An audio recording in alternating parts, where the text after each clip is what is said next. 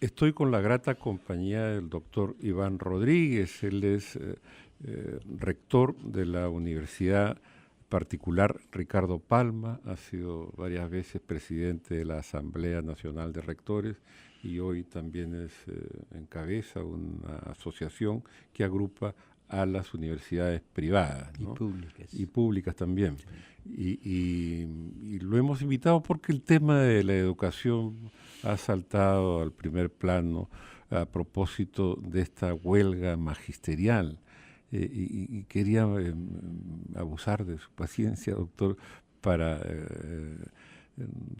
recibir de usted algún comentario respecto a esta huelga. Usted, su larga experiencia de docente, seguramente nos podrá comentar qué es lo que pasa con los profesores. Ellos están mal pagados finalmente, entiendo, ¿no? Bueno, ese es el principal problema, pero le diré que en los últimos tiempos se ha desvalorizado en exceso la función del profesor. Hemos pasado de la etapa de la vocación a la profesionalización, porque antes entraban al magisterio por vocación, pero eso significaba que el Estado siempre pagó muy poco. En los tiempos de las primeras décadas del siglo pasado se creó la mutualista magisterial como una forma de ayudar al profesor. Esa mutualista se formaba con cotizaciones de todos los profesores. ¿Pero por qué? Porque se tuberculizaban, se morían, tenían que los familiares hacer erogaciones para enterrar al difunto porque no tenía dinero, entonces no tenía seguridad, en fin. También respecto a los colegios y a las escuelas, se han edificado con erogaciones públicas. Las señoritas antes de buena posición social entraban al magisterio, pero ponían su casa para que funcione ahí la escuela y todo gratis, ¿no?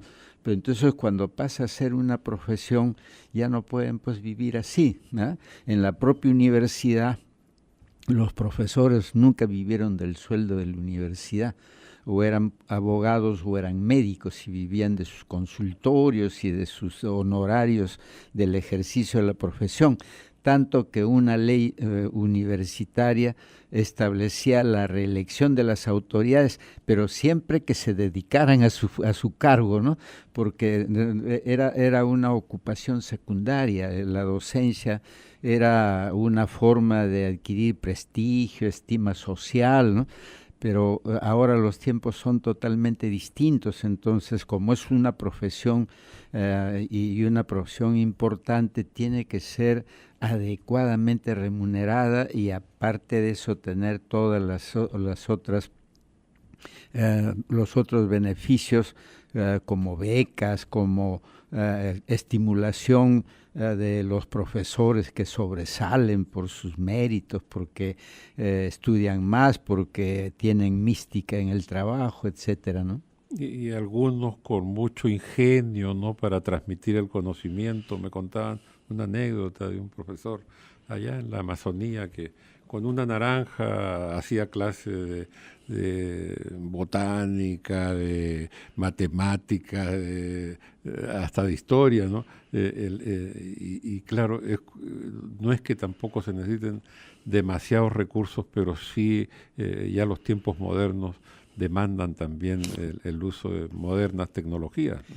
Mire, la inversión en educación es inevitable y el Perú tiene unos saldos terribles.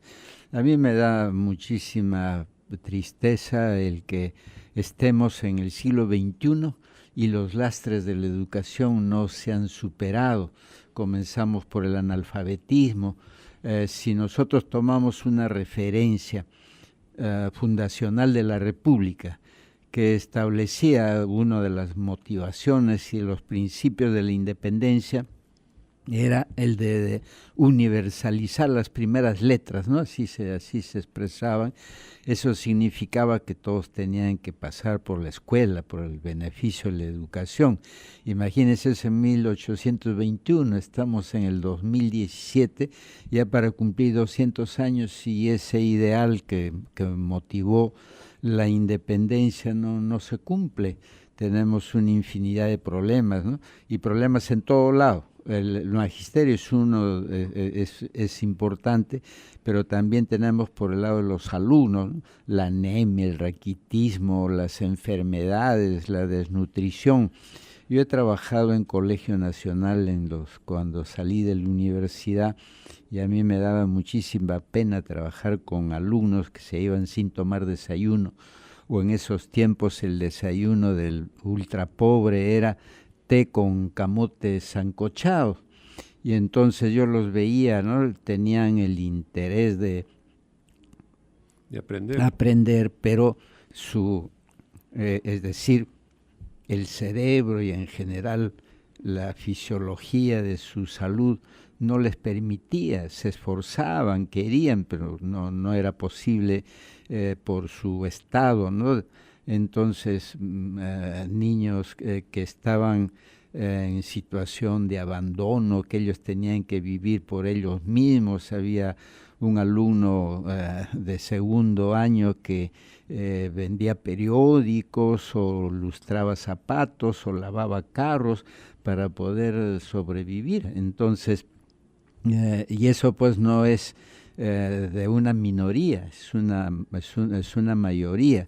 Lo que se llama el trabajo precoz, ¿no? Pues el sector social de pobreza, los niños forman parte de la actividad económica de la familia. Entonces, desde niños, hombres o mujeres, muchos de ellos llegan a ser hasta jefes de familia, no solo que aportan, sino que depende de ellos los hermanos menores o toda la familia. Entonces, eso también, como trabajo con alumnos con esas limitaciones por estas razones que tienen que ver pues con su salud.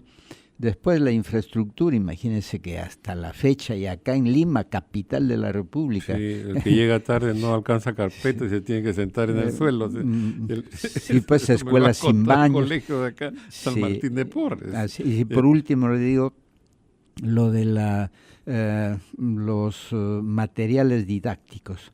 Mire, hasta hace 1960 probablemente, en la educación se empleaban las técnicas artesanales, es decir, profesores y alumnos hacíamos nuestro material didáctico. Pero ahora eso ya no funciona, todo es electrónico, entonces el Estado tiene que comprar y dotar a todas las escuelas de los medios electrónicos, pero eso es caro. El Perú no produce, requiere de divisas, pero para arreglar el problema de la educación se requiere inversiones, que verdaderamente sea la necesidad prioritaria, la necesidad número uno para atender. Bueno, en esto de la educación primaria y secundaria, inicial, hay mucho por hablar, pero yo quiero aprovechar su presencia en su condición de rector y conversar un poco sobre las universidades. Las informaciones que publican los medios señalan que apenas ni un 10% creo ha conseguido licenciarse, no sé cómo es el término correcto, ante el SUNEDU, ¿no? Sí, efectivamente, acaban de darle licenciamiento a otra universidad privada, con esa se llega a 14. El total de universidades suma 142 en todo el país, pero lo que queda en pie es lo siguiente, ¿no? La ley que se ha dictado y que ahora está rigiendo la vida de las universidades es una ley que se aleja mucho de la propia realidad. Y naturalmente, imagínense 142 universidades. No obstante que la superintendencia ha hecho grupos con cronograma y más o menos los grupos son de un promedio de 14 universidades, haber previsto un término de 2 o de 3 meses es imposible. ¿Por qué? Porque hay una abundante documentación, necesitarían una cantidad enorme de evaluadores y de funcionarios en general, y a la vez las normas administrativas y jurídicas de los procedimientos establecen plazos en días útiles, en días hábiles, que se puede pedir la prórroga y muchas otras cosas más, ¿no? Las observaciones, dar lugar al otorgamiento de plazos y esto es un proceso que requiere de tiempo, así es que es la estructura de la ley, es la visión a la que corresponde de una universidad que no condice con la realidad del Perú. Entonces, ya tenemos desde el 2014 en vigencia la ley, desde el 10 de julio, ya se cumplieron 3 años, la superintendencia está 2 años y en 2 años solo ha podido licenciar a 14 universidades, ¿no? Porque es un proceso muy meticuloso, de mucho cuidado, de mucha exigencia, hacen unas revisiones muy cuidadosas y exhaustivas de la documentación, también verifican que lo declarado en los papeles coincida con la realidad. Entonces todo eso lleva tiempo, ¿no? Y es una lástima que este proceso esté así, con esa lentitud.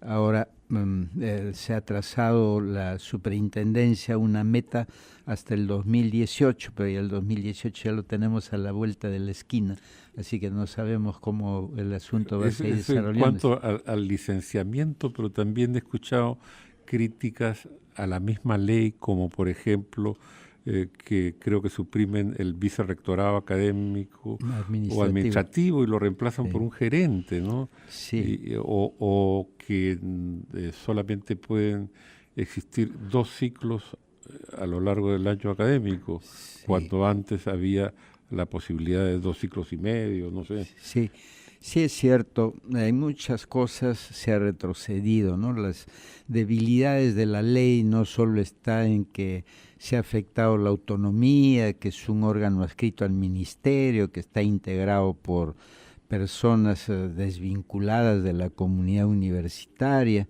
no representa a las universidades, etcétera. Es decir, hay objeciones, diríamos, del aspecto organizacional de toda la concepción universitaria. Hay otras, ¿no? Por ejemplo, ahora ya con los reglamentos y las directivas de la superintendencia, van a ver que los estudios para una licenciatura no puedan haberse hecho en menos tiempo que los 5 años. Pero ese es un retroceso grande, ¿no? Porque en todo el mundo hay alumnos que pueden avanzar porque su rendimiento es bueno, etcétera, ¿no? Pero retenerlos, porque eso significa retener y fundamentalmente es privilegiar el aspecto cronológico, temporal, sobre el aspecto pedagógico de fondo. Entonces es uno. El otro es efectivamente que solamente debe haber 2 semestres por año, y ese es otro problema, porque tiene que cerrar la universidad 2 meses, 3 meses. Sí, el mundo es de velocidad ahora, ¿no? Y nadie está dispuesto, los propios jóvenes, por la propia situación que se vive ahora, ellos no están en condiciones de estar mucho tiempo como dependiendo de la familia, ¿no? De los padres. Entonces, sí debe de ser revisado todo eso en aras a que no retrocedamos en lo que se ha venido avanzando con lentitud y porque siempre seguimos modelos de otros países. Y otra crítica que he escuchado también es la de se pretende estandarizar la cantidad de cursos y cómo llevarlos para todas las carreras, ¿no? Entonces todos los ingenieros van a ser iguales y todos los abogados van a ser iguales y con las mismas competencias, digamos, cuando eso no tiene que ser necesariamente así, ¿no? Porque los ingenieros, los abogados, en fin, las profesiones liberales, al contrario, de lo que necesitan es la mayor diversificación posible. Mire, la realidad demuestra que además la historia, que cada universidad que debe de ser verdaderamente autónoma tiene un sello de formación. Entonces, como es una institución mundial, porque es mundial, universidad quiere decir ecuménico, universal, entonces ya en el mundo universitario hay ciertas convencionalidades, ¿no? Si tratamos del ingeniero civil, en todo el mundo va a haber un núcleo de asignaturas que no pueden faltar, porque si no dejaría de ser ingeniero civil. Pero después de eso vienen los añadidos de acuerdo a los perfiles de cada universidad. Entonces hay unas que le van a poner una fuerza en algo, otras le van a añadir algún otro elemento, pero no podemos estandarizar lo que las universidades, por eso es que mi concepción es en ese sentido bastante radical, ¿no? Si llegamos a eso, ya no es una universidad, sino es una escuela de formación profesional, porque la universidad siempre es más allá que el conocimiento y del conocimiento, porque el conocimiento tiene siempre una vigencia temporal. Entonces, ¿qué es lo permanente? Lo permanente es la estimulación de las capacidades, habilidades, destrezas, aptitudes en la persona, y lo que se hace es eso. El conocimiento es un medio, no es un fin, porque sabemos que ahora estamos formándolos a los alumnos con el conocimiento de ahora, pero sabemos que ellos van a tener una vida hábil de 30 años, y 30 años adelante el conocimiento va a variar. Entonces, por eso es que el trabajo de la verdadera educación es actuar sobre la personalidad, ¿no? Actuar sobre el ser, para que adquiera esas capacidades y se vaya adaptando y adecuando. Por ejemplo, nosotros no hemos estudiado con computadoras, ¿no?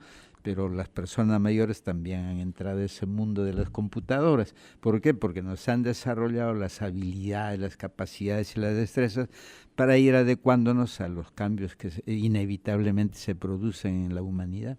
No quiero abusar de su tiempo, doctor, pero ya por último un tema que también me resulta inevitable, y es que anoche fui testigo de una ceremonia muy simpática en la que declaran doctor honoris causa al doctor Huerta, ¿no? Sí. Y claro, ahí entendí, porque fueron muy didácticos a la hora de explicarlo, una dimensión distinta de la educación, ¿no? Porque es la educación al servicio de la salud pública, ¿no? Sí.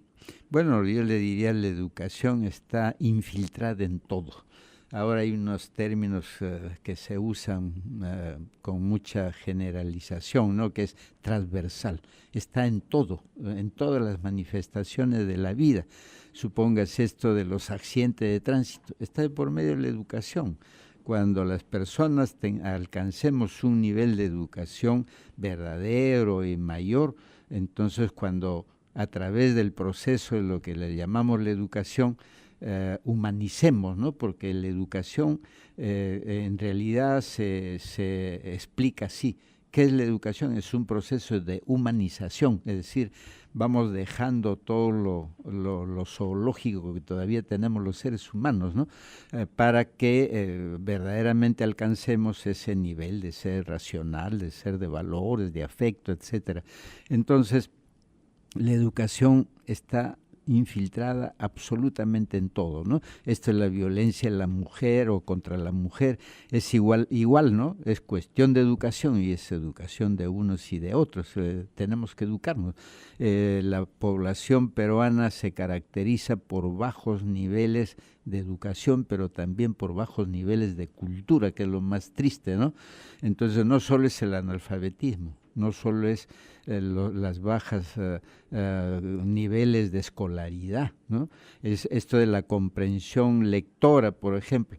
Imagínense, si nosotros nos ponemos a observar bien, la mayoría de peruanos tenemos un repertorio expresivo muy limitado y la comprensión comienza por saber qué significa la palabra. Entonces, si yo me enfrento a una lectura con palabras del habla culta, entonces no he leído nada. Así no he leído, no se va a producir ninguna asimilación, ningún aprendizaje, porque el circuito de la comunicación se efectúa entre emisor y receptor, pero ambos tienen que usar el mismo código. Si los códigos son distintos, no hay comunicación, y eso es lo que pasa, ¿no? Entonces, imagínense, yo pienso, si hiciéramos una estadística, creo yo que a lo más tendrá pues unas 1000 palabras el peruano común, pero el diccionario y un sistema lingüístico es completamente abierto y es exactamente que las matemáticas, ¿no? No se puede decir el sistema de la numeración termina con 1.300.000, ¿no? Porque eso es ilimitado. En el caso de las palabras también se pueden crear, y justamente ayer a propósito del doctor Elmer Huertas, yo le decía, oiga, usted es el preventólogo más importante, y le digo, permítame decirle eso, ¿no? Entonces hasta aparecería una rama de la medicina que sea la preventología, pues, ¿no? Entonces, porque es así, el lenguaje es vivo, es una institución viva y consecuentemente está cambiando de manera permanente, pero tiene sus niveles que se llama el popular, el culto. Desgraciadamente hace unos 40 años con la reforma educativa que se hizo, se eliminó en la formación idiomática el gramaticismo que se llamaba, ¿no? Entonces antes se enseñaba gramática, ¿no? Cómo hablar bien, escribir bien, y teníamos como modelo el habla culta. Bueno, pues entonces ese paradigma se cambió, se modificó, se desprestigió al habla culta, entonces lo que inspiraba toda la enseñanza era con tal que se entiendan, eso es suficiente. Pero entonces ahora tenemos las consecuencias en 30, 40 años, ¿no? El problema de la educación es sumamente delicado. Yo muchas veces que he podido ser invitado en el Congreso de la República, yo les decía, en leyes de educación tengan muchísimo cuidado, porque los daños no son ahora, acá, ni siquiera 5 años, son para generaciones. Entonces, ahora tenemos un rechazo a la cultura general, a la historia. Queremos que sepan de historia, pero si no se enseña la historia, ya se ha eliminado, ¿no? Queremos que sepa esto, pero ahora no. Imagínense, en matemáticas se sustituye la calculadora. Entonces antes aprendíamos la tabla del 1 al 12 y nos hacían las divisiones y las multiplicaciones y la tabla del 9 y cuanta otra operación había. Pero ahora no, pues desde niños llevan la calculadora, entonces ya son otros paradigmas de formación, pero lo seguimos evaluando como si la enseñanza fuera como antes, ¿no? Entonces ha variado la enseñanza en las matemáticas, la historia ha sido eliminada en cuanto al idioma, igual la literatura también está excluida de los programas. Entonces, ¿qué queremos? Pues, ¿no? La religión también. También, claro que sí. Doctor, la educación cívica, la educación doméstica, sí, que le daban a las... Nos ha ganado el tiempo, doctor, le agradezco infinitamente su participación en el programa. Confiamos tenerlo pronto nuevamente con nosotros. Bueno, ha sido usted muy, muy amable. Sí, cuenta con un amigo y cuando guste muchas gracias, estaremos aquí. Muy amable.